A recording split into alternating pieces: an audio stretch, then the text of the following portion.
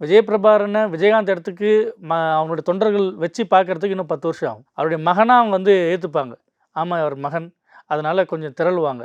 ஆனால் அது ஓட்டாக கன்வெர்ட் ஆகுமா? அவர் சொல்கிறதுனால அந்த இடத்துல ஒரு கேண்டிடேட் வந்துட்டு ஜெயிப்பாரா? அவர் வருகையினால் வந்துட்டு தேமுதிகவுக்கு ஒரு புது ஊக்கம் கிடைக்குமானா அதுக்கு இன்னும் கொஞ்சம் காலம் இருக்குது. பிரேமலதா விஜயகாந்தை கட்சி கலகலத்து போகாமல் இருக்கிற சொற்ப தொண்டர்களையும் உடையாமல் காப்பாற்றினது மட்டும்தான் அவங்களால செய்ய முடிஞ்சது. ஏங்க அவங்க ஜெயலலிதா போல் வந்துட்டு எம்ஜிஆர் கூட பயணித்து கலைஞர் எதிர்த்து சண்டை போட்டு அவங்க கிட்டத்தட்ட ஒரு 30 ஆண்டுகள் ஒரு பொது வாழ்க்கையில் இருந்து ஜெயலலிதா வந்தாங்க.